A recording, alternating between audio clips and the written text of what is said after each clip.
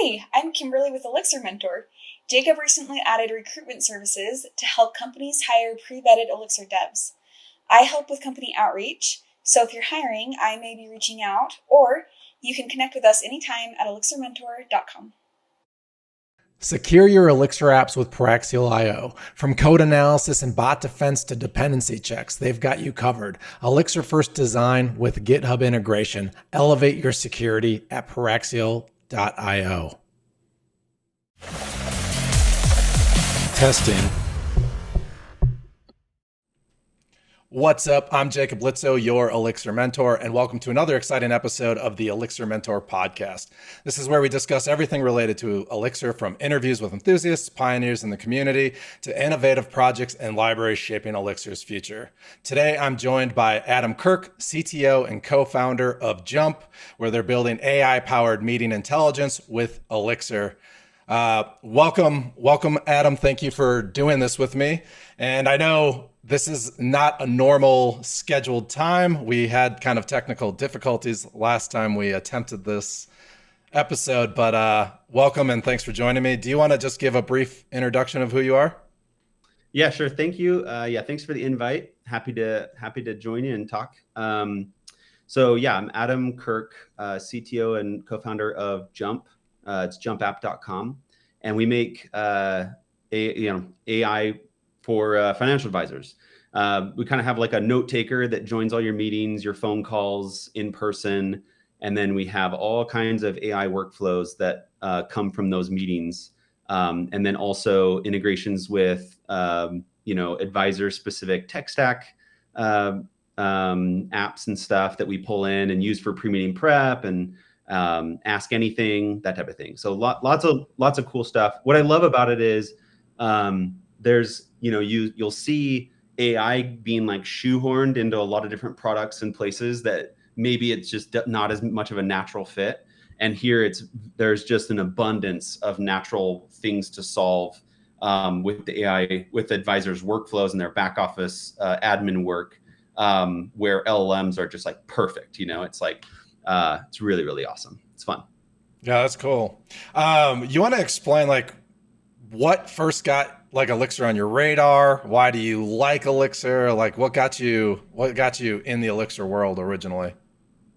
Yeah. So I had just kind of seen it back in like 2015. I was a Ruby guy. I started in PHP. There was this app called Dreamweaver. I think Macromedia still owned it back in like 2007. But you could use Dreamweaver to like make a website. And I remember that actually. Yeah. And then like you could view the source and it was like PHP, right? And it's like, and PHP is so simple. I mean, like, I don't like PHP, but like there are so many great things about it. It's like, it's easy to deploy. It's really easy to understand. And so I did PHP for like 2 or 3 years, just building like, websites or whatever. And then I saw like DHH do the Rails, blog post demo. And then I like got the first edition of that book. That's like, the popular Ruby on Rails book. And I was like, oh my gosh, this is how you build web apps. Like, what have I been doing with PHP, And so I was like a Rails guy for about 7 years until about 2016, like about 5 years. And then I saw, I started seeing like Phoenix and Elixir around, and I just thought it just looked so cool. So then I took a job with ZipBooks, which was a startup making accounting software back in 2016. And it was PHP. And I was like, and we were rewriting the app to be like double entry accounting, because at the time it was just kind of basic, like, invoices and expenses and stuff. So we had to rewrite the app anyway, or largely. And so I rewrote one of the most expensive endpoints in Elixir. And I also like read the book or the Phoenix book, and I loved how it just described that every web request is like a natural fit for functional programming. It's like inputs and outputs, right? And I was like, that's brilliant. I love it. And like the whole plugs thing and everything. And I could never understand the magic of a lot of the Rails stuff, where it was all right in front of you and obvious, the plug system and everything in Phoenix. So I just thought it was like beautiful. And then, we built this endpoint, and it was way faster than the PHP or Laravel version. And it was super, super elegant. And so we were like, let's go all in on this. So then we rewrote the app in Elixir, and it was, and then we got acquired by Divi, which was all Elixir. And then Divi got bought by Bill.com. So that's, but around that time, I then went to PDQ, and they were rewriting or creating a web-based version of their popular Windows app. And I convinced them to use Elixir for that. So that, that's another billion-dollar company using Elixir. And then, That's awesome. I've just never found anything better. It's not like I'm a principled person. If I found something that was even better for building solid apps faster, I would move to it. I'm not a loyalist, but I mean, it's like 8-9 years later, I have not found anything better than Elixir.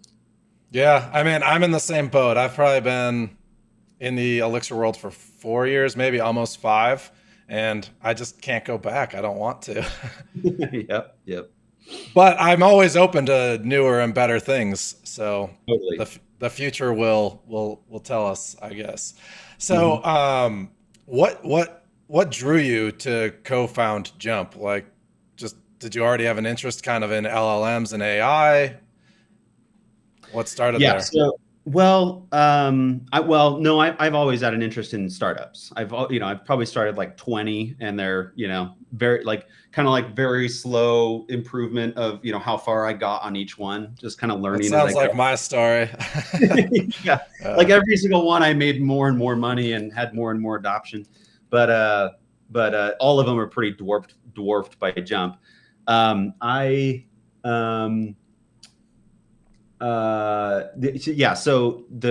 the one of the co-founders of ZipBooks that I worked for, we've been good friends for a long time, and he's my co-founder at Jump. And he had a co-founder that I had not met before, Parker, who's now my co-founder here at Jump. And they had this idea for like AI updates of like Salesforce for sales teams. And so I thought that was the best idea I had ever heard. Like, I thought that was brilliant. Like, such a good use of LLMs, where I was seeing all these startups, like some of them seem like good use cases, some of them seem silly. This one actually seemed good. And so I said I wanted to be a part of it. So that's basically the gist. Although the problem with the sales space is it's very like crowded. There's tons of solutions. It's very, very competitive. We had a financial advisor that heard about it from my co-founder Parker, and they were like, "We'd like to use it." We're like, "Well, you're not our ICP. We're not going to do anything special for you. Like, you can use it, but you're not who we're targeting." I'm back. Sorry. I had my AC kicked in, and I just saw it like hitting my mic meter, so I had to turn it off. Yeah, no problem. So anyway, so then this financial advisor was way better of a customer than we had any of our sales customers. And so we did like a bunch of user research and found out that they are way hungry for this. And then so we kind of like launched it. We rebuilt it for them, launched it for them. And it was kind of like a boulder going down a hill. Like we didn't do any marketing really for like the first 6 months. And it was just spreading via word of mouth, like faster than we could keep up with it. It was all I could do to just deliver the product and build what people needed, as fast as they were coming in. So it was what did the first like MVP look like? What features did you handle? Like, how did you scale it back? Yeah. So it was pretty much just a note taker of like conference calls, and you could save the note to your CRM. So like Redtail, Wealthbox, and Salesforce are the big 3 for financial advisors. So that was pretty much and then there was like a draft follow-up email that people could send to the client after the meeting. So very, very Did you basic. support all 3 CRMs out of the box? I think we started with Salesforce because we already had that one from sales. And then we added Redtail and Wealthbox pretty quickly after like within a month or so. So it was pretty quick. I have a really hard time enjoying CRMs. Like, as like a Like when I try to use them, I'm like, yeah, I'm going to be so organized. I'm going to love this. I always hate CRMs. Like I've tried Yeah, using Salesforce and like, I don't know. I just need other people to use them for me, I think. yeah. That's right. Well, yeah, I think it's probably, I mean, you know that, a Dodge or whatever, that's like, the person paying is not the person using it. I think that's the Yeah. case for all CRMs. It's like somebody says we need it, they pay for it, and then they force all their employees to use it, even though it's not very fun. Yeah. Like I've never logged into Salesforce and had a good experience. There's just like so much going on. I get straight up lost. I don't know what I'm doing with myself. Yeah, totally. But I'm also the same way with like overly complicated like task management systems too. Like not a fan of like Jira and like all those. Like I like ClickUp, but it's almost like getting too complicated now, so I'm starting to not like it. And I don't know. I have a hard time. I'm just like a list guy, you know? Yeah. Oh, well, for me, I mean, like my current role, it's like the saved items in Slack is like my to-do list, Yeah, exactly. Yep. Yeah. It's so much better. Just nice and simple. Mhm. Like when you first started this project, did you just already know you wanted to build it in Elixir just from previous experience? Or did you actually consider other stacks? Um, I mean, I'm constantly kind of playing with tech stacks, and so like I had built another thing with like Elm as the front end. So it was really a decision of like, should we use LiveView? And Yeah, I don't. Well, and then in the sales solution, actually, we use like React as the front end. Um, Mm. and there are multiple reasons for that, but the the financial advisor, we moved to financial advisors. It became clear that like they really live in the browser, and so it was like it kind of made more sense that we could maybe do it in LiveView and get away with it, right? So we did do that, and it's gone. I think it's gone really well. I think it's helped us build a lot faster than if we were like building a spa. But LiveView has its own like drawbacks, that are pretty painful. Almost exclusively around like disconnects and reconnections. So we're on Kubernetes, and so every time we roll the pods, it's a thundering herd of WebSockets reconnecting. And then there's one way to preserve state on a form or in a page when there's a reconnect, and there's a billion ways to not, so that way LiveView, honestly, it's just the reconnections is the real difficulty with LiveView, but there's a million other advantages that kind of make it a tough call. Yeah, no, I get that. I'm a big fan. I don't have any like large scale projects using LiveView though, so I don't have the same pain points, I feel. Yeah. Like once you get up to like many thousands of users using it on a continual basis, like almost every advisor like opens up Jump and leaves their tab open all day. And so yeah, it's like every time we deploy, we've had to really tweak the Kubernetes settings to roll out slowly so that we don't get a billion, many thousand WebSocket connections. I'm guessing you have like multiple pods running, obviously, and as you deploy, it probably kicks over to one and then slowly transfers across. Well, it does a rolling deploy, and so like it'll shut down, it'll disconnect all the WebSockets for one, shut that down, and then roll up it'll roll up a new one and then shut one down, and then roll up a new one and then shut one down. Yeah. So, but if you do that, by default, Kubernetes will do it pretty quick. And we had a pretty inefficient like meeting list endpoint. So that was definitely part of the problem, is that it was just a really, really complex thing that was really hard to make fast. And so for a long time, everybody was sitting on that meeting list page, and a couple thousand WebSocket connections like breaking and reconnecting all within like 60 seconds for a web page that took like a second to 3 seconds to load, was like killing us. So we did make that page a lot faster, which was like some pretty severe engineering work, but that helped a lot. But then also just in general, I think you kind of, if when you're loading a LiveView, you have to touch the database or a couple different touches. Still, like we tweaked it out so that it kind of rolls out over like 4 or 5 minutes rather than like a minute. I see. Can you like kind of, I'm curious, can you kind of like macro explain, your fix to that? Well, for the meetings list. Yeah, just for like not wiping out state when and on like socket reconnection and how you handle all that. Okay, so I mean, you have to just model everything as a form, and then the form has to have an ID, and then the form has to have a Phoenix change like handler. So as long as you have those things, the state will be restored. But like, you know, if you have any other type of state, then it's going to be gone. So that's the trick. You just have to model everything as a form that can be okay. Phoenix change, like, you know, in like validate function or something like that. Because like that way the front end like has the state in the form, and then the form gets like submitted or changed or whatever, and it hits that Phoenix, you know, or handle event, where like it kind of rehydrates, if you will, the signs with the information that was sitting in the form, right? Because the pods and your Elixir, it like completely, it's amnesia, just completely forgets everything. And so if you want to preserve anything, it's got to be on the front end, you know? Yeah. So the other alternative, which I tried at PDQ, was some kind of like, I wrote like a special assign that would like push down the state and store it on the front end. And then on reconnect, it would push the state back up. And so this was like very kind of custom, you know? And that's kind of hard, because then you have to remember that like, oh, this state is, I want to preserve it through reconnects, and you have to push it down. And if it gets to be a lot, if they're big objects, then like that's a lot you're pushing down every time you change it, and every time it reconnects, it's being pushed back up.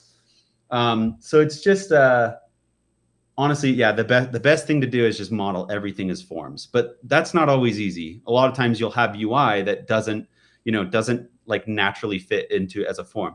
So for example, like we used Pedal. Like when I was building this project, like it was just me for like a year and a half building this by myself. And I used Pedal, the component library. And, you know, they have like a combo box that's like a wrapper around TomSelect.js.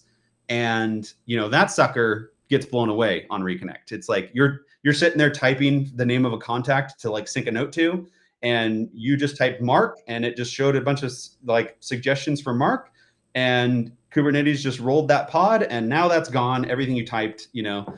And so we had a very, very talented engineer on our team built an auto suggest as a LiveView, like as a form. So then it does preserve state, but it's an entirely LiveView. The other advantage of staying in LiveView and staying out of JS is like testing speed. You know, if you have to use Playwright or something, it's like your tests are going to be dog slow and really flaky and stuff.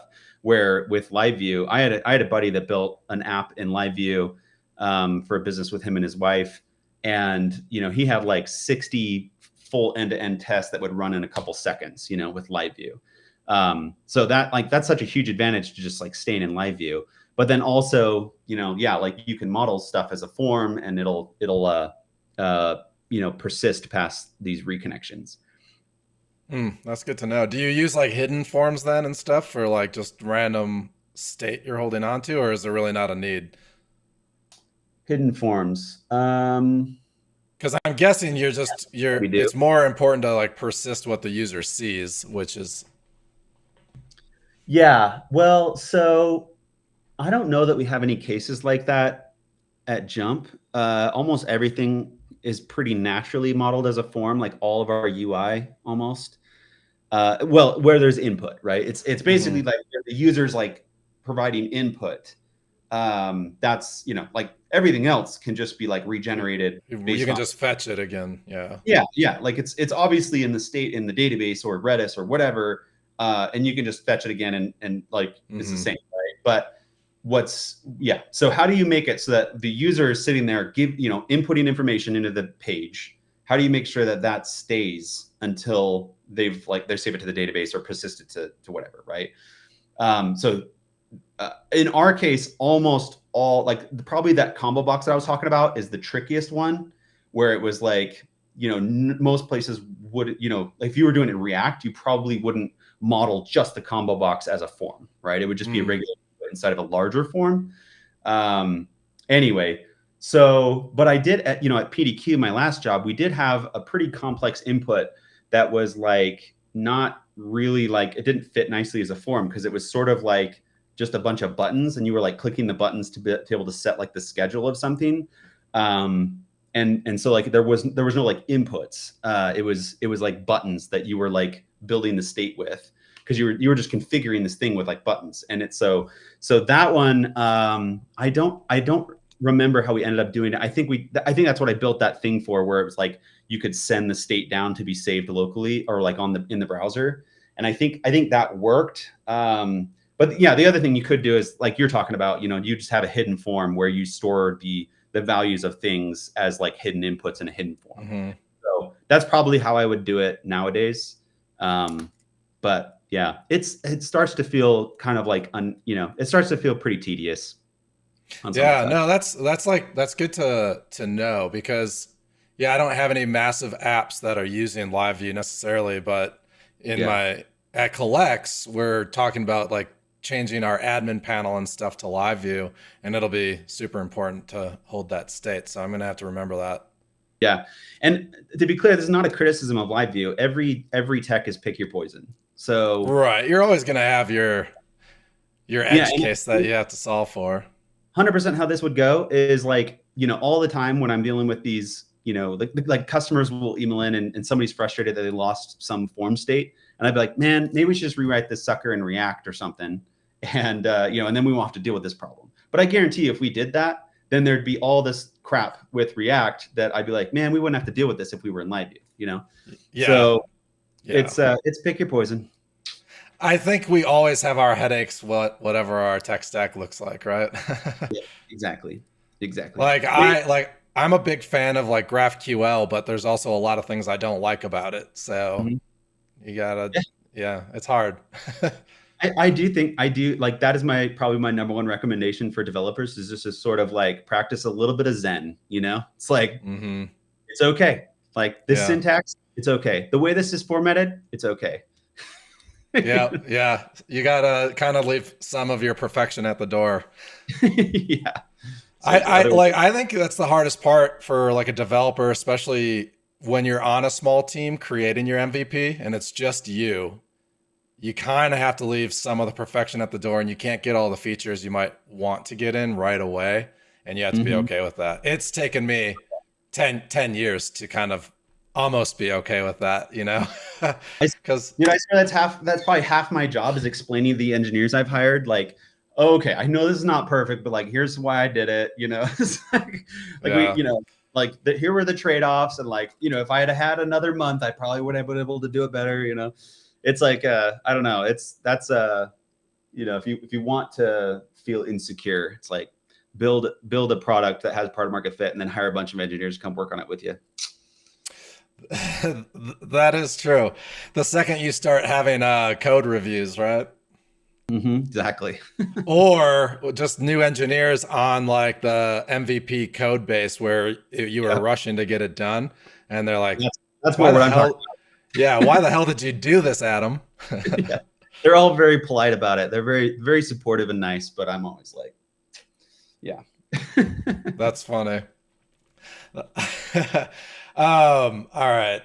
Let's see. When I am very curious, like when you start integrating AI and accessing LLMs and all these tools from a product, how do you kind of like balance, like, because it can get very expensive if you're making third-party calls to other LLMs, right? How do you balance that when you have thousands of users using your product, and so how do you racking up the bill? Yeah. So honestly, we always just choose the best model, and costs be damned, because it's like the costs always drop, the models always get better. And the name of the game right now is to build the best product. So we just like, we pay a lot for LLMs because we're always just paying for the best model. I don't know. I guess, and we're like a venture-backed startup. It's all about like growth. It's all about like just building the absolute best product available as fast as you possibly can. So that's kind of what we prioritize. But they always, that we made that call when we started 3 years ago. It was like, let's not optimize for cost. Let's just optimize for the best experience possible, and the model cost will drop. And that's exactly what happened. I mean, it's like so many times our model costs, you see them climb and then chunk and then chunk, because they basically are like, we're just gonna drop the price on this, So you don't, it's not something you like worry about, lose sleep over? No, don't lose any sleep over it. And we dedicate like maybe a couple hours a month to like switching models. So for example, we switched from O1 to like O3.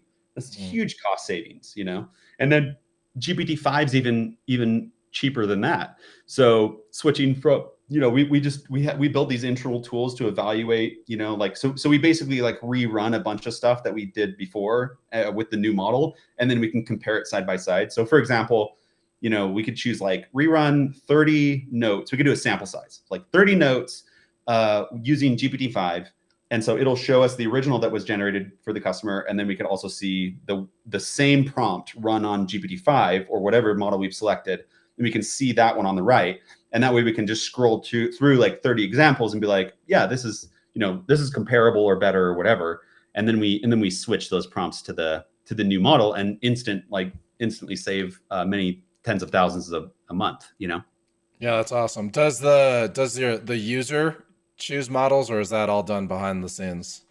No, we don't have we don't have a user facing choice for models. But basically where it comes down to is compliance. That's a big like reason why we have vertical value, and like why we're protected against a lot of the horizontal players, is because we have all of these things in place for compliance. And so they might say like, well, we're only approved for like Azure, so we'll run all the prompts through Azure, like models on Azure or Bedrock or whatever, right? So that's kind of where, that's the one place like we kind of we customize on users is around their compliance, where they say like, we've approved this platform, and so we'll run the prompts through that platform.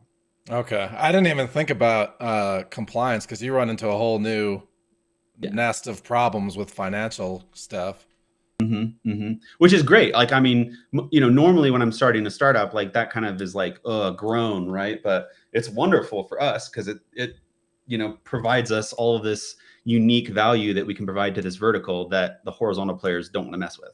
For sure. How hard was that at the beginning before funding and having more help? Yeah, tough. I mean, like I got SOC 2 compliant all by myself. It was a tremendous amount of work. I'm sure. I have never gone through that, but I can imagine the headaches. Yeah, it's not fun. So when you're dealing with like CRM integrations at scale, are you like using GenServer patterns and like supervision trees like per use or like per connection, or how do you handle that?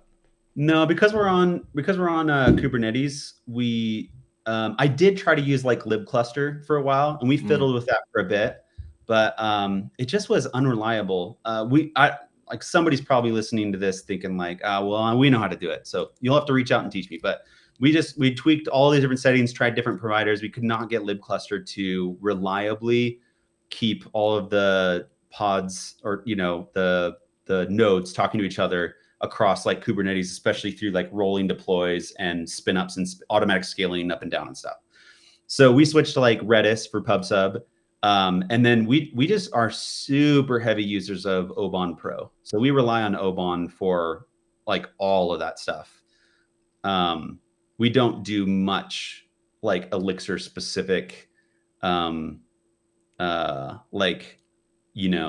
processes and stuff, or supervision trees and all that kind of stuff.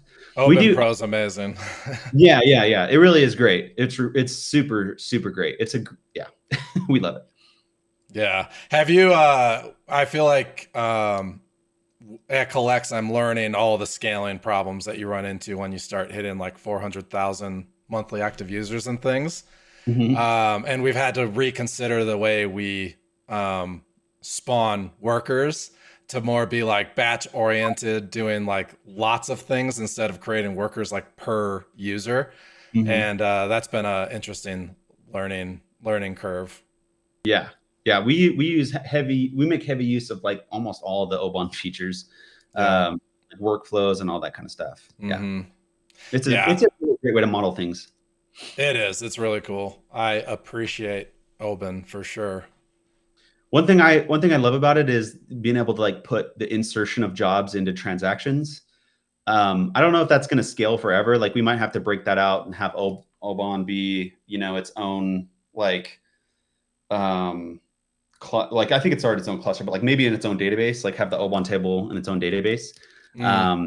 But as of right now, things are scaling fine, and I love being able to put like insertion of jobs inside of transactions. Yeah. We currently have a separate database for Oban, but it's mostly because our original database is MySQL, and that's a different story. But Yeah. all right, I'm gonna pause this for a quick second, and then we'll be right back. Hey, I'm Kimberly with Elixir Mentor. Jacob recently added recruitment services to help companies hire pre-vetted Elixir devs. I help with company outreach, so if you're hiring, I may be reaching out, or you can connect with us anytime at elixirmentor.com. And we're back. Cool. I am implementing a new procedure. I set timers and things so I can run ads. And sorry guys, but I gotta. So you're Series A funded, correct? Mm-hmm. Yeah. What were kind of like the scaling challenges when you went from like MVP bootstrap startup to getting funding? You mean up to the funding? Yeah, like what changed? What was harder for you? Was it actually tech, or was it more turning into kind of a project manager and person developer manager? Yeah. Okay. So both. I mean, a lot of like that meetings list that I talked about is like super gnarly, and it was causing all kinds of scaling problems. And so, I had an amazing engineer work on that. And that honestly, that fixing that one. Well, actually, this engineer just kind of went around just randomly improving a bunch of performance problems, and like scaling got so much better after that. Then, yeah, I mean, like most of my day nowadays is hiring. I kind of look at that was kind of my thesis from the beginning is like the best team will win. And I thought the most important thing that I can do to help Jump win is hire the absolute best people. So I just kind of poured all of my free time, or, a huge chunk of my time into figuring out how to, attract and identify and hire the best engineers that I could find. And so that, I don't know, but like, I wouldn't have, I certainly would not take a job being like a hiring person. You know what I mean? So it's like, I want to write code, so it's like, I wouldn't say it's my like the thing I would choose to do for like, cause I enjoy it the most, but it is the most important thing. So I mean, well, it's funny you brought it up because like Elixir Mentor, I kind of had it fall into my lap, and I decided to start like a recruitment service because I was like, look, I have 7,500 subscribers on YouTube. Like I have all this great access to developers. Yeah. So I started like just doing a pre-vetted like hiring service. If you need Elixir devs, I'll pre-vet them, guarantee they have the skills you need, and then all you have to do is a culture fit. And honestly, the positivity and like just the reaction to it, everyone's loving it. And I was like, well, I guess I have a recruitment service now. Oh man. Yeah. And what's funny is like, makes sense though. Yeah. Yeah. And then like what originally brought you on my radar to get you on as a guest was I think you had a post or something about hiring. And I feel like you have a different approach than a lot of other startups and tech places for hiring developers. And you want to talk about your strategy at all? Yeah, sure. So we hire both like US based engineers and then global engineers, and our customers don't want their data to leave the US. And so there's a little bit of a different role there where we can basically, if we hire a US based engineer, we can give them like production access and like see production data and stuff. Whereas if they're global, our customer, like we can't give them access to production data because our customers have said they don't want their data to leave the US at all, right? And so I hire, they're kind of two separate roles, and I hire them, they have a different process. For the US engineers, I've tried a bunch of different stuff, just see like what kind of people like the most, and then also what works the best. The ultimate problem is that there's a two-sided, like a tug of war between, the hirer wants to spend infinite hours evaluating, if they're a good fit, and the person being hired wants to just like basically see like, do I want to work for this company, and then also like not do a lot to prove that they're like, meet the bar, right? Mm-hmm. So what's kind of strange about that is that like, if you went to MIT and you worked for, you were like some lead engineer at OpenAI, it's like you can probably, you're probably going to be getting a lot of attention, and you don't need to do a lot to prove your capability, right?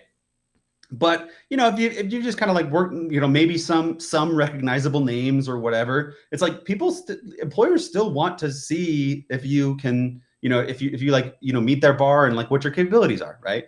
And so how can you do that? Well, you want to see them work, and you want to see like what they can do, et cetera. So I'll describe our process, but then I'll kind of describe like sort of the thinking, which is, so on one hand, in US based engineering, what I found best is like, I usually just hop on and see like, can you build a simple web app in like 25 minutes, Now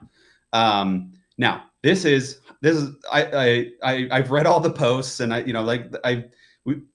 some people don't like it. And the reason I think I've passed on a lot of engineers we should have hired. And that's because like our process isn't the ideal for identifying them as like, they're the reason they're a great engineer, right? So let's talk about like what would the ideal process look like? Well, first of all, you would first do a pre-filter into say like, well, this type of engineer, we need to evaluate them this way. This type of engineer, we need to run this evaluation. So you would maybe have like a battery of like 5 to 10 different evaluation processes based on their personality and their strengths. And then you would pre-filter them to that process and say like, you're probably a team builder, let's evaluate you for that strength. And, you're just a heads down, like lone wolf, amazing coder. Let's evaluate you for that. Right. So, and it's like, oh, you're not so strong on the front end, but you're super strong on the back end. Right. Or, and then also the aptitude thing is hard to evaluate, where, you've spent most of your career building Kafka pipelines. We don't use Kafka. We're not we're a monolith. We don't use any event sourcing. It's just very simple. So it's like, it's like, so if I have you build like a web app, that's not what you've become an expert in. But let's say we did hire you, you would very quickly adapt and be amazing at whatever architecture our app uses. But like, how can I know that, right? Like, how do I test that, right? So it's basically, I've sort of thrown up my hands into feet and just said like, look, there's been a very strong,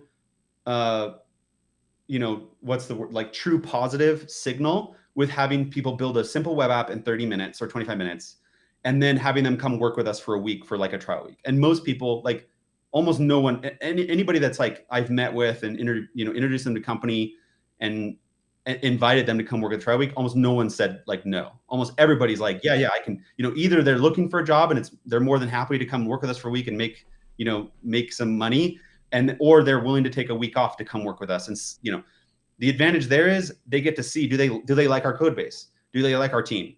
Do they like the way that we work and the way that we're organized? Do they like and then they also get to prove themselves, where it's like at the end of the trial week, if I didn't know how good you were, I'd probably be trying to negotiate to hedge for that uncertainty. But I worked with you for a week. I know you're a rock star. I know you're amazing. So like, it's like it helps them in the salary, the compensation negotiations as well. So it's worked really well. It wouldn't work if everybody did it, but it works. We do it because it works. So that's kind of our process for US based engineers. Now, so again, the problem is we will filter out a lot of people that we should have hired, and that kind of sucks. But I think I genuinely believe that our false negative, or our false negative is much lower than the true positive, right? So I'm curious, not to interrupt you, but I don't want to get too far from this topic.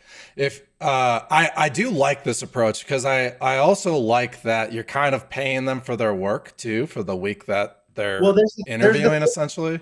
Yeah, there's the 30-minute thing that's the live coding exercise that's not paid, but like most places want a 3 to 4 hour homework assignment. Yeah. And then so I thought was, I don't think that's fair. I don't think asking for 3 to 4 hours is fair, but I think 30 minutes is 30 minutes to sort of like pass a screening test and prove that, because I don't know you, right? I don't know you at all. I can't trust your resume, and I can't trust what I can't trust anything I see. I feel like resumes are kind of just, they're in my opinion kind of just a waste of time at this point, because you can put low signal. Yes. Yeah, you can put anything you want on them. Yes. And then the burden's on the employer, the hiring people, to verify that the information is real, and that just takes so much time. Like if you're going through and calling companies to verify they worked there or anything, it's hard. Yeah. So it's like for 30 minutes, and again, it's like it's such a strong signal for us, because like it's okay. I'll just tell you a few things. One is, almost everybody that's passed that and then done well in the trial week we've hired, like, it's been amazing. Like we've had to correct so very, very few, and I've hired 40 like people, engineers to write Elixir, and I've had to like very, very few mistakes on that hiring process. And I think, but I do believe that there have been a few people that I have filtered out because they couldn't build something in 25 minutes. But they would have been amazing if I had hired them. But I don't I'm like, what do I do? How do I no process is going to be perfect. Is it even possible to build the perfect process where everybody at the end, and then like what you like, ideally everybody goes through the hiring process, and whether they're chosen or not, or hired or not, they're like, that was such a great process. It's totally fair. I wasn't hired and I don't have any disagreement whatsoever. Because whatever, and because your hiring process was so perfect that it perfectly evaluated me. It's like that's not going to happen either. Like you're always going to have people that are like, that I don't know, they're like you should have looked at my resume and known I was amazing and hired me on the spot. Yeah. Well, what I hate about a lot of processes is the dragged out crap where you're doing like whiteboarding, leak coding, architecture, then a project, and it like goes over a month or two. I think that needs to end. And so like my approach, I do like the 30-minute approach, but with what I'm doing with my recruitment stuff, because I'm like, basically I'm vouching for people for 2 companies, right? So I'm doing like a 2 to 3 hour take home project. And then I pre-evaluate them with AI. I set up a bunch of AI and sub agents to pre-evaluate. So then when that comes back, and if it's a good evaluation, then I physically look at their project. And then I set up a call with them, like 30, 45-minute call, where I ask them to walk through their project. And then I'll throw in little sneaky, simple questions to make sure they understand like some architectural decisions, why things are used, why they did things. Because I don't have a problem with AI being used on the take-home projects, but I do have a problem if you're adding code that you don't understand. Totally. And then so after that process, I pre-vet them, and then I just know when I have a company that says, hey, I need a mid-level Elixir engineer, I have my list of pre-vetted guys, and I'll be like, I think these 3 guys are perfect for you. Yeah, that's great. Love it. Yeah. And then, I don't know. I like your process. I think it's good because you just get people in the trenches. The only thing, like, that's difficult with a week, in my opinion, is getting your feet wet in code base is a very hard skill. Like looking at someone's new code base and like being familiar with it is it's very difficult. Yeah, I it's worked so well that it would be extremely hard for us to do it. Like people just do. I mean, it's like and I mean, it's insane what the developers we've hired are able to do in a week. I mean, they'll come in, they'll set up the project in like 3 hours, and then they dive into the ticket, and it's like by Friday, it's like most of the time, yeah, like kind of the bar is we're like we know by like Thursday or Friday, it's like get them in here. They're just like it's insane what some people can figure out and build in a week. And we give candidates like pretty tough tickets too. So like these aren't softballs. Like these are like serious, big, complex things that we need built. And it's incredible. It is incredible what these guys have built, and girls or gals or women. So it's very, very impressive. Do you ever cut people loose before a weekend? Yeah, we've had definitely people who are like by Tuesday and Wednesday, it's like pretty clear it's not a fit. It's not a good fit. Yeah. No, well, I try to give them their time back. So yeah. We try extremely like as soon as we know, we just tell you, right? But I agree with you. Like I think that's a very important point that like it should be like drawing it out is so annoying. So like I mean, for whatever flaws we have in our system, we're extremely fast, efficient, and decisive. It's like, it's like 3 steps. We'll pay you a very nice premium hourly rate for a week of work. And it's like, we're very upfront about the whole thing. And it's like, it's very, very quick. And I don't know.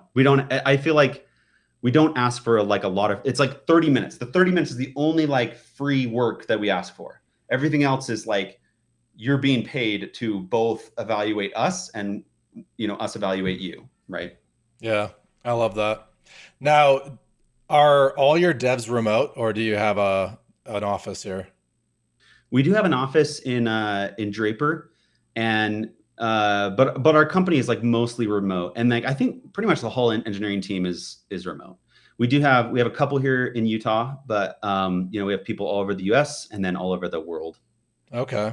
And then being an AI company, what are your feelings about using AI in your development, your software writing workflows? I have very good feelings about it. Yeah. Okay. Use it where it's useful, right? I mean, like, right. I think tests, like writing tests, I think it's extremely good. I tell my team, like, please don't write your own tests. Yeah. I mean, obviously, everyone has good, like, very good judgment, and I trust their judgment. So, like, some people dive in more than others and rely on it more than others, but ultimately, it's like you're responsible for your code. So, like. What we do is we do review teams of like 4 or 5 engineers, and it simulates like a very early startup where it's just like 4 people and you review each other's PRs. So you get to know each other's like what they're working on. You get to know their coding style. You get to know like their way of whatever. So we just have these review teams, and the review teams will like review each other's PRs. And I think you're responsible for your own code. The reviewer is not responsible for catching stuff. So you're kind of asking a reviewer to do you a favor, to like help you make sure that your code is good. And I think it's you're responsible to make sure that like if you're using AI, it's generating code that is quality, and then it's getting merged. The other thing I think AI is really huge for is like asking questions about the code base. I mean, that's a decades long problem of getting into a code base and like, why the heck is this here? Why is this work this way?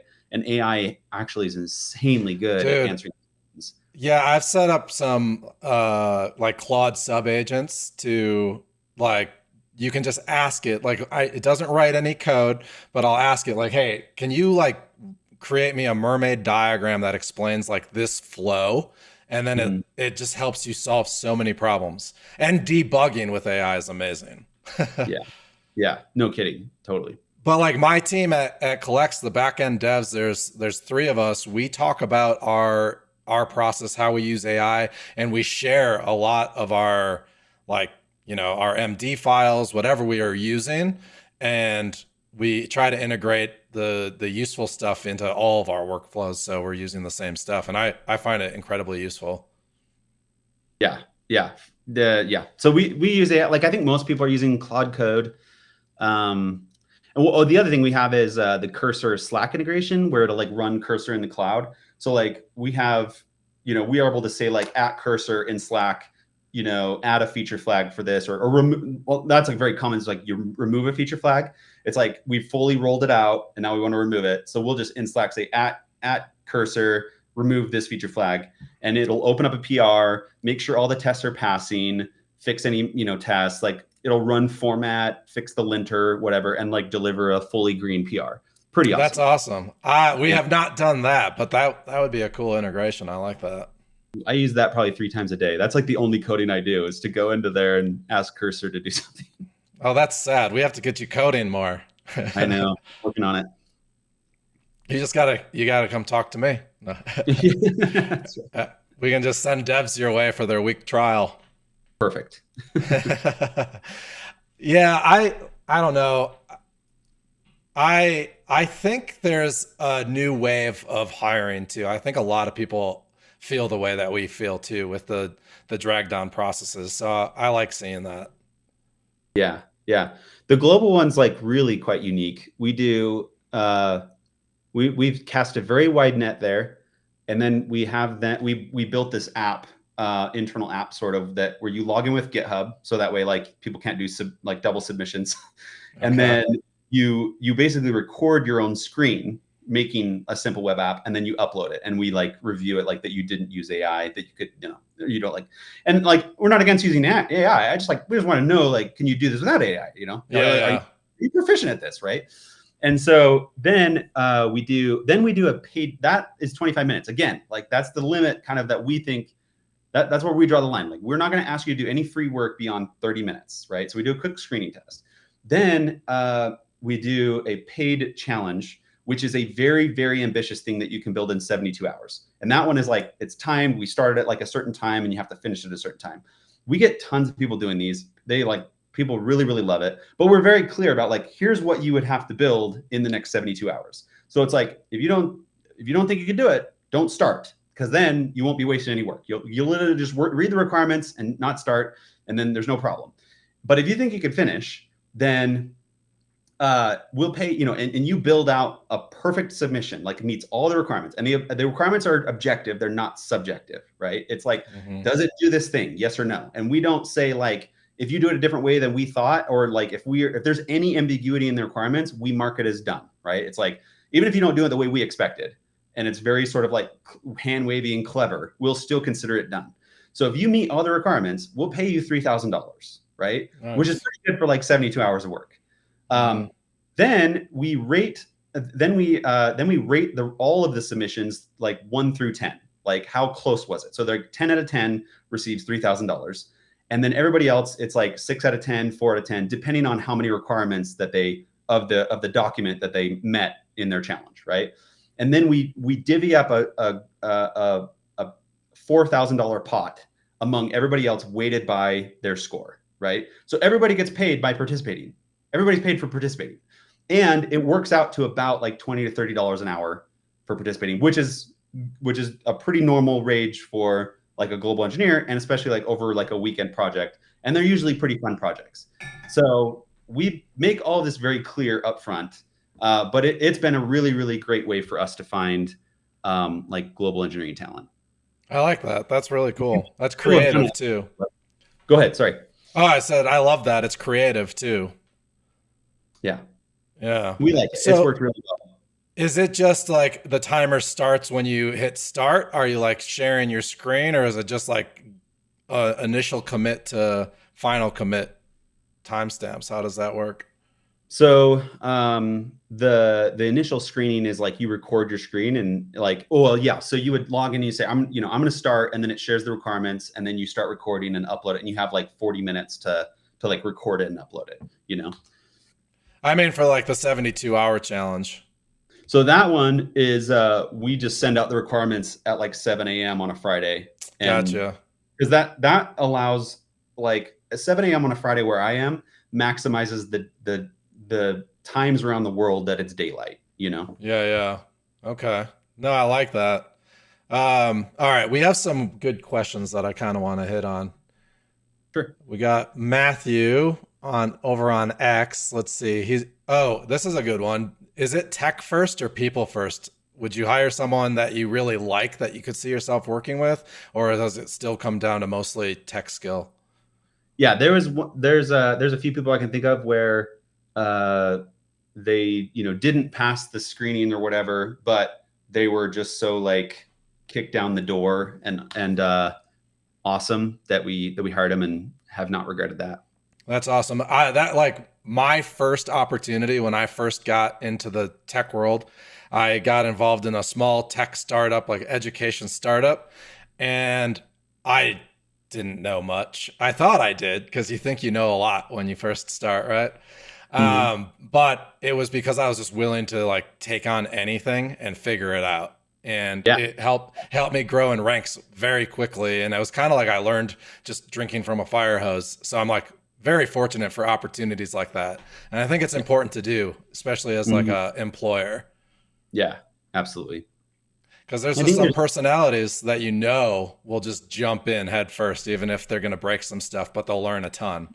Yeah, you can. Well, okay. So depending on the stage of company you're at, we're still in the stage of like survival, and so like I need like everybody on the team to be pretty like cracked. But there's a like aptitude can overcome a lot of like lack of experience for sure. Mm-hmm. Yeah, for sure. Yeah, it is important. Like every week you're probably releasing crazy features, so you need to continue moving forward. Yeah.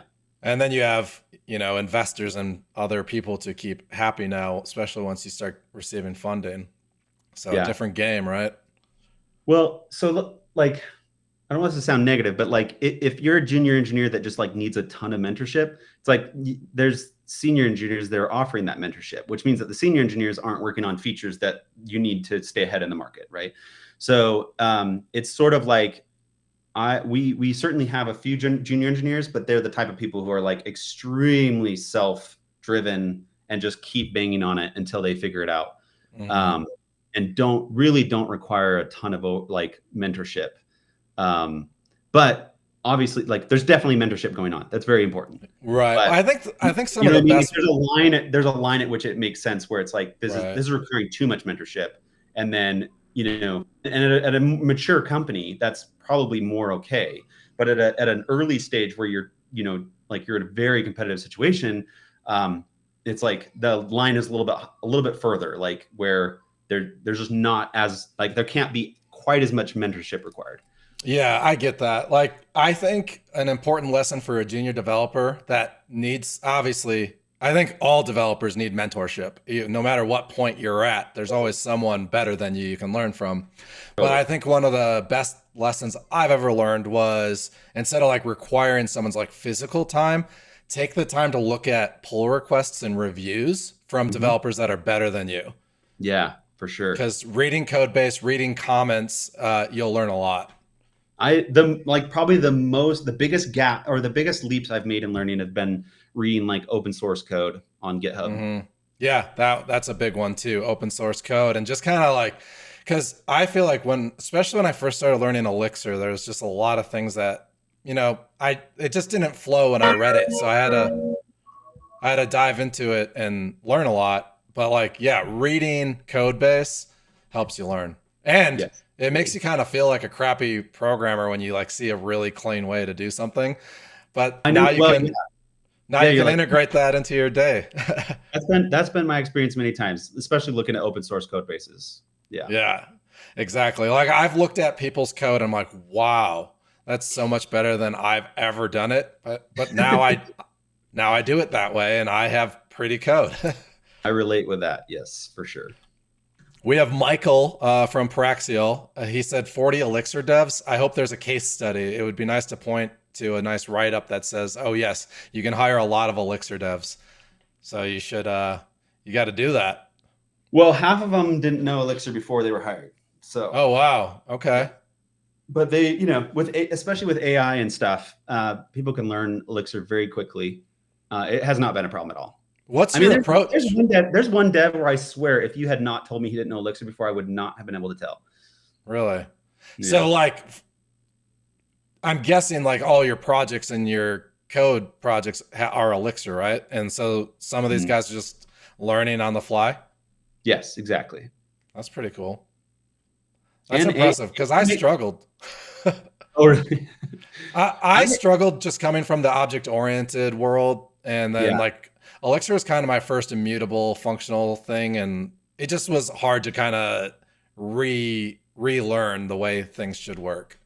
It's true. Like a lot of these guys are like polyglots, you know, like they've used Elm and Haskell and all that kind of stuff. And so they're and honestly, it's like there's patterns in how languages do things. And you if you learn enough languages, you've always seen the pattern before. So then you come to Elixir and you're like, I know all, you know, you just recognize the patterns, and it's like so much easier to pick up. And I think for a lot of these guys, that's been the case. Yeah, for sure. And now like AI and correcting syntax makes your life a lot easier too. Oh yeah. Well, because then you can say, I know, you know, I do it this, I solve the problem this way in Ruby. How would I do that in Elixir, right? Exactly. And AI is fantastic at explaining that. I've found I only have to yell at it to like stop nesting case statements and things and use pattern matching. Yeah. But like that's my only nitpick at like Claude Code. Another thing I think that AI is really good for is like taking a stab at stuff. So like if you're brand new, it's like, here's what I'm trying to do. And AI will go like take a stab at it. It'll be terrible. You wouldn't want to ship it, but at least you can see like, oh, like I see, you know, I think it makes so much sense why, like how, like watching it try to do something, you know what I mean? So that's another thing where I think, especially for new beginners, it's like have AI try to do it. And then, you know, you can review what AI was doing and recognize whether or not it was exactly what you're looking for, or if it needs tweaking or whatever. Yeah. A nice trick that I like to do too is like before I submit a PR, I will ask Claude to do the git diff between that and develop. Yeah. And to make sure the patterns that I wrote match the existing code base patterns, and that I added the minimal amount of code necessary. And like the feedback that I get from just that simple prompt, like cleans up PRs like tremendously for me. Yeah, that's another great use case. Love it. So I don't know. There's so much hyperbole around like thinking that the value of AI is just an all in like vibe coding, but it's not. And the other thing is, so like, will AI take programmer jobs? I think it's got a long way to go, and it certainly hasn't reduced my hiring at all, because it's like our competitors. So let's say AI cannot do everything an engineer can do, right? Correct. Yeah. And in fact, there's some parts of the job that AI will speed up an engineer 10x. I would give writing tests as an example. Then there's some parts of the job that AI might speed up an engineer 5x, and some parts 2x, and some parts not at all, right? It's like AI doesn't help at all. And so there's a lot of what an engineer does that AI just is not doing or can't do and doesn't do it at all. And so you still have to have the engineer. So really, you think about AI as augmenting an engineer, and just it's a tool that assists an engineer, makes them potentially faster, more effective. And so the parts of the work that AI doesn't help with doesn't necessarily go down with the more AI. So you still have to have engineers for all of those things. Just the AI just kind of, multiplies the effort of that engineer. But but let's say I said like, actually because of AI, I can hire, 50% less engineers. Well, then my competitor doesn't. And so they just hire the same amount of engineers, as many as they can afford, and then give them AI. Then that it's like that. So it's like, yeah, two competitors. You're going to hire as many engineers as you can possibly afford, and then give them AI to augment them. You're not going to hire less than what you can afford, and say that AI is, because your competitor is going to hire as many as they can afford. So it's like I don't think AI has actually reduced the hiring. If there is a slow in hiring, and I know that there's a real struggle with like recent graduates and stuff trying to find jobs. My hot take is that is more of an economic factor rather than an AI factor. I'm hiring as many as I can afford, you know? I'm curious, like, because just with this statement, do you feel like there's any bottlenecks to overhiring? Like, do you feel like you're accomplishing less if you bring on too many engineers for problems, or like, do certain features kind of like make you create like smaller teams to work on it, and that's how you decide to hire more engineers? What's your process there? It's a good question. So we are at a scale where, you know, organization is becoming a question, of like how to do it best. But I wouldn't say, you know, I mean, if you hire the right engineers, I think it scales pretty linearly, actually. Okay. So you don't see bottlenecking with too many like chefs in the kitchen kind of thing? I think if there was, uh, like maybe if you had the type of product where it was really just kind of like core and you were trying to scale it, like take WhatsApp, for example, the perfect like early example. It's really just a chat app. It's not about like adding lots of features and like you know, more and more workflow. It's like scaling it. So like maybe that's a case where it made tons of sense for WhatsApp to just keep the number of engineers low and just focus on this core scaling problem, and more cooks in the kitchen would have crowded things. But like we have this sprawling, you know, landscape of stuff to do. And so there's plenty, like if you think about it like a tree, when you're first starting, it's like, you know, you have 2 or 3 core engineers working on the trunk, and you would not want to hire like 50 all at once to work on the trunk. You would end up with a ginormous list, right? But if you hire like 2 or 3 really good architects that know how to design, you know, an architecture well, you would start small and then slowly start to build out. But like we're kind of at the point where like it's all leaves to work on, and so there's not like a lot of dependencies between what people are working on. So it can scale largely linearly. It's like you go work on this, work on this, and there are like shared components and you know, shared shared architecture, but you know, it's not a lot. There's a ton of leaf work. Yeah. Do you see a point of hitting like offering like too many features where your product is overwhelming to like your client? I think you kind of handle that by like gating it based on use case, and so that way like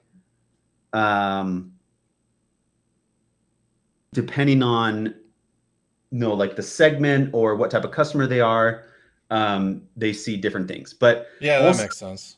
Yeah. Also, AI makes it a lot better where, you know, maybe there's a lot of capability, but the capability is only presented or offered when the context makes sense. And that way you don't get into the app and it's like, there's just a million buttons, like, you know, AutoCAD or something like that. Yeah.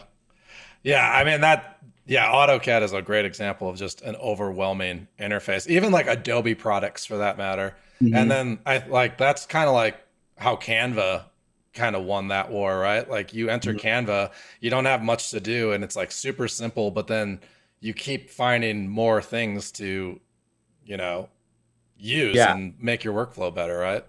Yeah, that's exactly it. I think. I don't think. Yeah, some people will argue like you got to keep your product extremely simple, or it's just going to be too overwhelming. But you know, then you give up sort of the long tail of people's needs. You have like what people want to do with the product, and it'll bite you. Like if people try 2 different products, and with this one they were just able to get a lot more of what they were trying to do done, like they're going to choose it, even if if it has more features. But I agree, if they get into it and it's like all of the features are presented right there in front of their face, it's like, whoa, what do I do, right?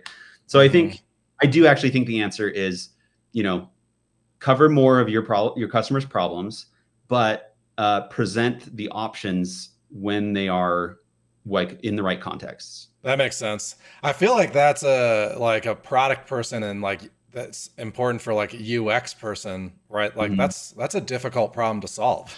Totally. Yeah, it is. Like I can build things, right? I'm a great back-end engineer, but like UI and UX design, that's a whole different ballgame. I don't know about you, or like, but I for one love working with like extremely talented designers. We have the most talented designers I've ever met here at Jump. my co-founder is so good at design and hiring them. But I find it exciting when like a designer comes up with like a beautiful, awesome design, and it's like, man, I want to build that, Yeah. Well, So, I agree. Like I love seeing amazing designs because like I also think like I'm so bad at it. When you see yeah, it me too. done so well, you're just like, oh, that's beautiful. Yeah, you have such an appreciation. I know. Like, I think I am that person where like I can recognize good design, but I couldn't design my way out of a paper. Yeah, same. I'm the same. And like I always joke like with like my YouTube channel, I have like a LiveView tutorial for creating like GitHub gists essentially. Mhm. And I never wanted, like originally my YouTube channel was called Backend Stuff because I only wanted to do backend. And Mhm. then I kind of got talked into doing full stack things. And I'm appreciative of it because it made me a better developer because now I do live view and front end development, but I don't think it'll ever be one of my core strengths. That's for sure. Mhm. Yeah, yeah. I've wondered if like maybe I could learn good design, and I tried. I don't think I can. I think it's missing in Uh, my. I feel like the more you do, you get a little better at it, but it definitely won't be like I'm not Yeah, going to be designing an app without looking at other apps and stealing ideas, you know? yeah. I think design has some kind of a huge innate ability component. I agree. That's why we have our engineers and our designers, right? Yep, yep. Yeah. All right. I just throw lists of things that I can ask you. And let's see. We kind of just talked about team growth. Is there anything like overwhelming? Like, I hate meetings. I hate too many meetings, but obviously we need meetings to stay in sync. How do you handle like team communication and just overall like product to engineers? Like, do you have like project managers per feature? And then do you just have like a core amount, like small amount of engineers on specific features? And how do you coordinate communication? Hmm. So we do one meeting like every morning. We call it stand up at 9. It's not stand up. It's more like a mini all hands. We'll basically do like this. A security engineer will do a training, or somebody will show off like something they're building, or like usually it's stuff that is relevant to the whole crowd. But yeah, and a lot of it is, the first 5 minutes is just joking around, talking about the weekend and all that kind of stuff. And so I like it a lot. Just it's FaceTime with like the team because we're all remote. So it's kind of fun that way. That's like, but then maybe there's like scheduled one-on-ones or scheduled meetings with like PMs and stuff, but we're very, very meeting light. I'm in a lot of meetings with just for random stuff, just because the company's big and doing a lot of hiring and stuff. But our engineers, I've fought really hard to keep them out of meetings. So our engineers have very, very few meetings. And our organization is very very, very high ownership. So like we have maybe 30 or 40 product areas, and a PM, and each product area has a primary PM, a primary designer, and a primary engineer. And the engineers are within, like, if an engineer owns multiple product areas, those product areas are all within the same PM. So the PM has like full control over the roadmap of engineers, so they don't have to like fight over time for engineers. It's like this is the engineer. If you're an engineer, you work with the same PM regardless of if you have multiple feature areas. Okay. So the PMs like talk to customers a lot, and they define requirements, and define the roadmap, and then engineers work very closely with the PMs on come up with like the technical plan of how to accomplish the roadmap, along with the designers. But engineers, like, you own that whole feature area. It's yours, like entirely yours. You're fully accountable for it. So like the infrastructure, the front end, the back end, and sometimes even like the mobile app, you own the whole thing. So we don't have like front end, back end teams. We don't have front end, back end engineers. You own, everyone's full stack. I mean, I have always liked working this way. I've always liked being full stack, and I've always liked having full ownership of something. So I probably kind of modeled this, and my co-founder, we've probably modeled this after the way we like to work ourselves. But there are a lot of engineers that like to work this way, and that are like me, that like working, having complete ownership of something. And yeah, I mean, it works really well because then there's like, there's just these swim lanes and you own it and you're not blocking on anybody and you don't have to coordinate with very many people. And so you just go, so it's worked really well, I think, for like scalability and speed. I like that. And I do think there's something important about just full ownership of a feature too. You'll take you'll take better care of it and you'll care more. Yeah. 100%. And you're gonna make sure that the code's, because you're gonna be working in it for a while. You own it, so like you're gonna make sure the code is good, and it's gonna be nice to edit in 3 months. So like when you have that, you have your designer, your project manager, and lead engineer. Does that lead engineer get other engineers, or is it normally just them on that full feature? Just them, almost always. Yeah. We have had a few cases where 2 or 3 engineers will work on a single thing and coordinate, but it's not super often. I like that. I think that's a really good approach. So we do have to have things like so that there's like kind of community and people talking to each other, and so we have like a dev null channel in Slack, and we like, I don't know, we get a lot of feedback from each other. Also, people think out loud and get a lot of feedback. A lot of engineers have rubber duck channels that like about a lot of other engineers are in. And so there's like a lot of communication and collaboration, even though it's like, every engineer has their thing to work on that they own by themselves, Yeah. Well, it's important to rubber duck off other people and spitball ideas, because sometimes you're too close to your problem and you don't see the simpler solution. And I wouldn't want people to feel, like you also would not want people to feel isolated, right? It's like, I'm, even though I'm at this big company, a lot of engineers, I literally just work on this thing by myself all day. So I don't think that there's that sense. I think that there is a good sense of like community and collaboration and stuff, even though like, this is the thing you own completely by yourself. Yeah. No, I like that, because I'm more of I just want to put my head down, get a feature built and be done. But then you also want support if you need it. And that's perfect. I think that's perfect. That's definitely, it matches my workflow. Yes. Like that would be the ideal team for me to work on, is what we've built. That's amazing. I mean, it makes sense since you architected it, right? Yeah. Not every company has to be for every candidate. Yeah, I agree. Now, you're definitely in like the sprint, get things done, startup lane. Like I know personally, I'm probably like a little too old for it just because I've already done it. I'm curious, how do you find like super motivated? I'm guessing like 20-year-olds to mid-20s is like the best range where you can like really get people just like loving the company, loving the culture, giving you, that 60, 70 hour week and just going. Is that like ideal for you, or what does that look like? I haven't noticed any correlation with age and like, like really amazing people that we found. We have a pretty good age range. Okay, nice. Yeah. I've killed myself for a lot of like startups in my early 20s, and looking back, like I still put in long weeks and I work hard.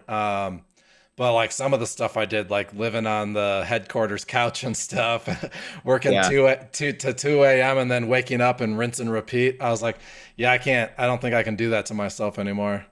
No, I communicate very clearly that I don't want people working more than 40 hours. And oh, nice. Okay.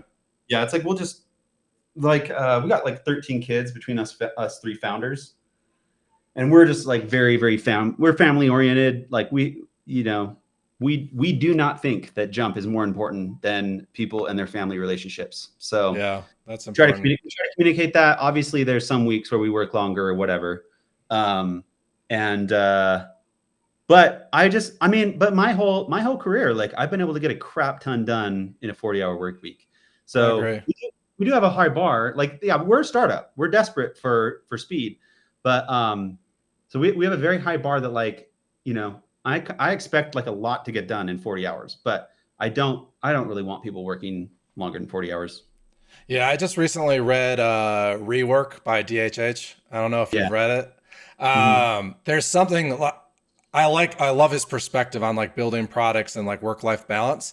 And there is something about having like other hobbies and interests and like children to make you more productive during the time you know you only have for work.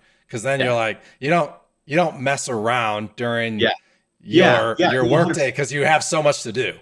I think Paul Graham has talked about that too. Yeah. It's like, you have kids and it almost makes you more productive because you just get more laser focused with your time.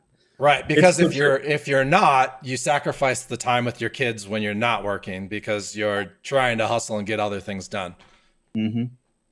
And sometimes the simplest solutions you just have to like hear and be like, oh yeah, why didn't I think about that? And so like I've been like, I want to say the last 5 years, I've been better at managing my like work-life balance instead of just like working at a computer all my waking hours. Like you start mixing in things you care about and socializing and all of that, and you become way more productive during your like, 8 to 10 hour workday. Totally agree. Yes. I don't know why that. Yeah, it's a paradox, but it's true. Yeah. Yeah. The busier you are, the more productive you are. Yeah. Yeah. Yeah. And the more my calendar fills up with things, the more productive I am because I'm like, crap, I have a call in 15 minutes and I have to get this done before that call. Have you ever heard that saying that's like, if you want something to get done, give it to the busiest person you know? Yeah. I love that because like it's true. I mean, it's stupid, but it's true.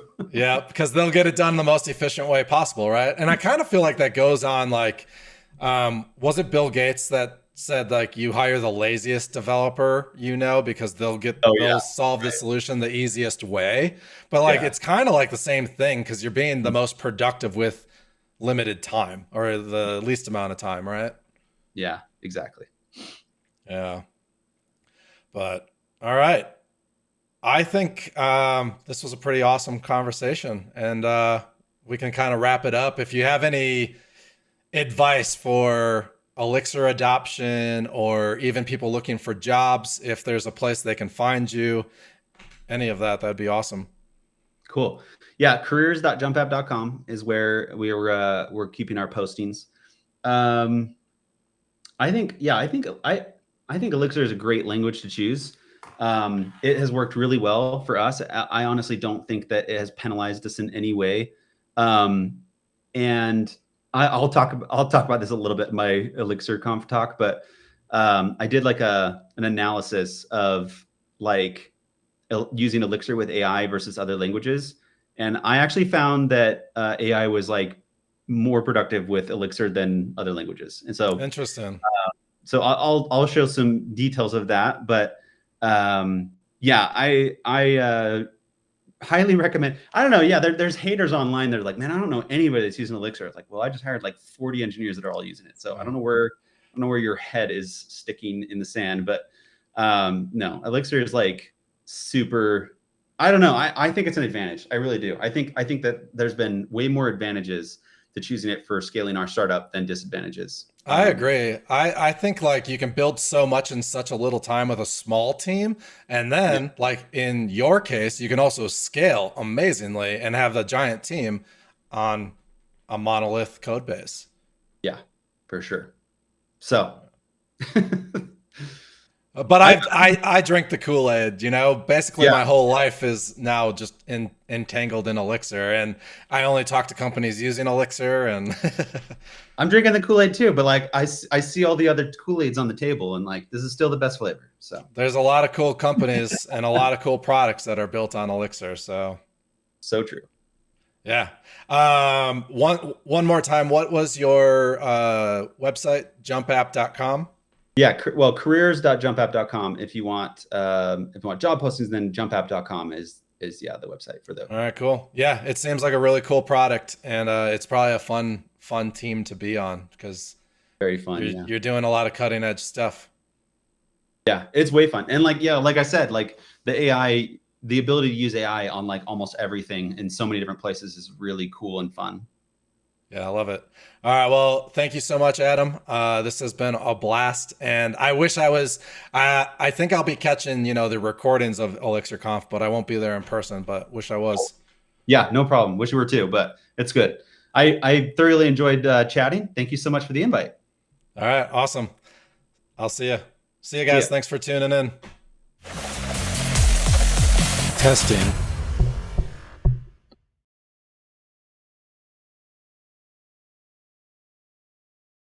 Hey, I'm Kimberly with Elixir Mentor. Jacob recently added recruitment services to help companies hire pre-vetted Elixir devs. I help with company outreach, so if you're hiring, I may be reaching out, or you can connect with us anytime at elixirmentor.com.